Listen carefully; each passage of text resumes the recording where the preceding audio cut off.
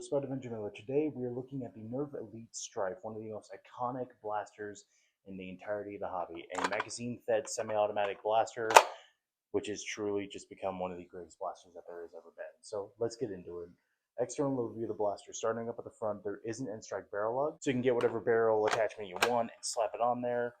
And honestly, I do like how the Retaliator one looks on the Elite Stryfe personally, just because it really matches well with the stripe and it's really cool. Down below, we do have a Nerf tactical rail. And up at the top, we do have another one for your scope, for your bipod, or your foregrip, whatever you want on there. Back behind, we do have the jam door. You can open this up. It's a little tight, but you can get your fingers in there to clear jams and malfunctions. The Stryfe has had a few jams, but that's mostly with crummy darts. But with this model, I have only jammed it mostly just because of the little trigger safety, which we will get into down with the magazine. Included with the blaster is a 6-round magazine. However, this isn't just compatible with the 6-rounder. It is compatible with all your favorite Nerf mags, which my personal favorite are the 18-round stick mags. So if you want to do that, you totally can.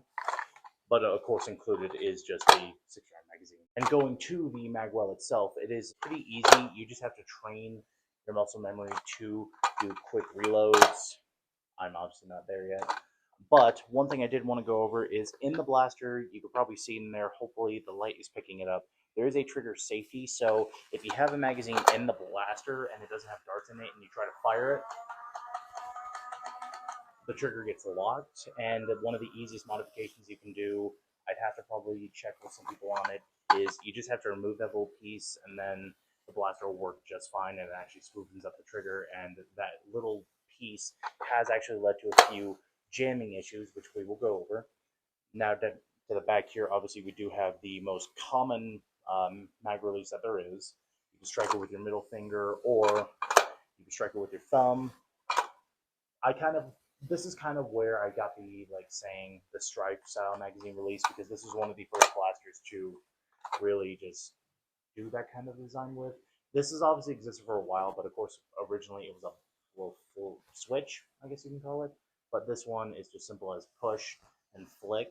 It's a lot easier with larger magazines. With the 6-rounder, you actually have to kind of jerk it, and I don't really want to do that right now. But back behind, we do have the rev switch.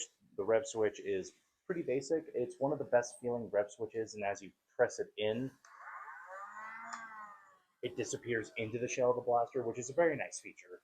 And then up to the trigger itself. The trigger pull on the Stryfe is probably the most iconic semi-automatic trigger pull that I've seen. Almost every single semi-automatic trigger pull is based off of this, and the Stryfe is smooth enough. It's not smooth to the point of discomfort, but it's not the smoothest thing like the Guard Zone Thunderbolt, which probably has my favorite semi-automatic trigger that there has ever been. Then down below, we do have a sling loop. This is good for if you want to sling this as a secondary, or if you put more attachments on here as your primary, you just throw that to your side, draw out your sidearm, and it's really cool. Now getting down to the grip. The grip on the blaster is pretty comfy. The Stryfe grip has always been one of the most basic elite style grips. It's not my personal favorite design. I do find it a little small, but it's definitely not a bad grip at all. Like, it's small, but it's good for a large hand or a small hand. If Coop 77's hand could fit on this, any hand can really fit on this. And over on this side, we have the battery door. You unscrew this and install 4 AA type batteries, which was pretty basic standard for Nerf.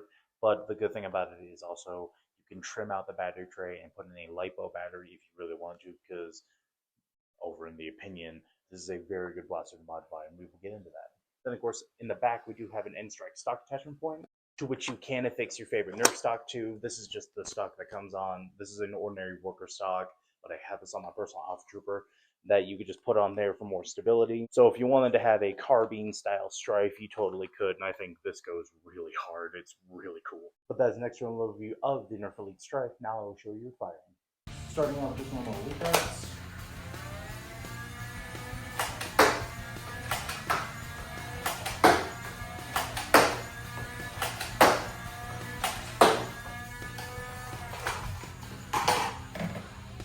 Now just going a little faster with an extended mag.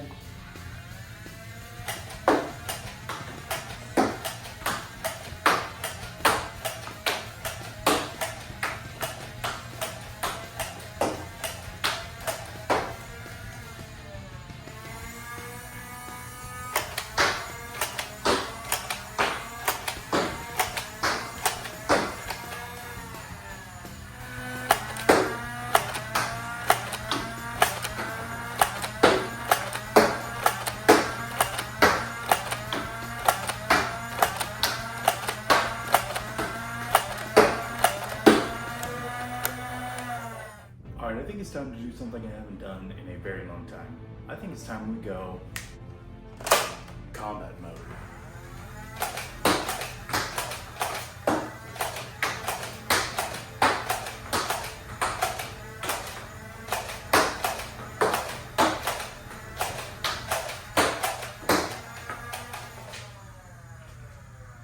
Now to finish it off with just some accuracy with some shot insanities.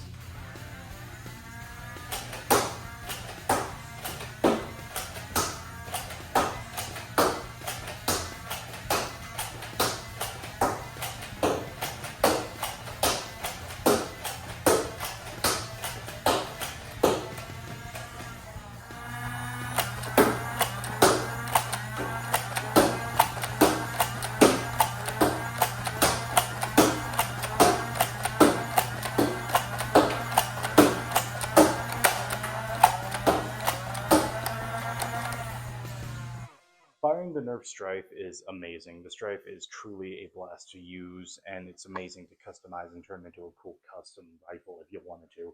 Put this thing over my chronograph, and I was getting an average with elite darts of about 65 feet per second, which is about on par with the elite average, but also a little under. But this is the first generation of the Stryfe, and it always notoriously performed a little softer. But the Stryfe overall does perform a little bit softer than most, and that's mostly just because you have to modify it and turn it into an absolute beast to get this to the absolute glorious legacy that the Stryfe is. And obviously, this is the first generation. If you want more power, I'd recommend the OJ Stryfe, the Modular Stryfe, or the Battle Camo Stryfe, which is one of my personal favorite Stryfes, probably next to this one for at least design. But that is all the objective information I can provide on this blaster, not in my personal opinion.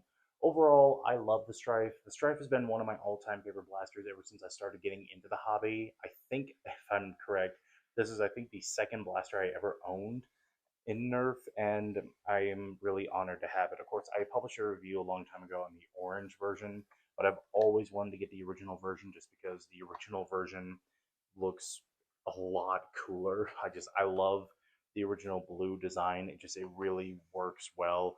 And of course, it was back in the day when Hasbro actually cared about a paint job. But again, the blaster is amazing, especially what you can turn this into, because that's one of the greatest things about the Stryfe. It's the best blaster, in my opinion, that you can pick up and learn how to modify and turn it into Scars, Stravens, Honey Badgers, like so many amazing blasters that you could turn this into, and so many kits have been developed just for the Stryfe alone that you could turn the Stryfe into pretty much anything. A like select fire, fully automatic, like there's so many things that you can do to a Stryfe. It's not even funny. But again, the only real complaints I have about the Stryfe are again just the grip on it. It's not my personal favorite, but then obviously in this version, that little piece in there again, it caused a few hiccups in the blaster. But again, once you remove it, it's pretty simple. And I'm actually probably gonna reach out to a friend and see how I can take that out, because I think it's just taking it out. Again, people can correct me in the comments if they wanted to. But hopefully, I laid out everything to help you make an educated purchase decision on your own. If you want to buy a Stryfe, you would probably be better off buying, probably for safety, if you were wanting to just go and get the modulus version. But thank you so much for watching my video, bros. Much love, blast on, and stay thankful.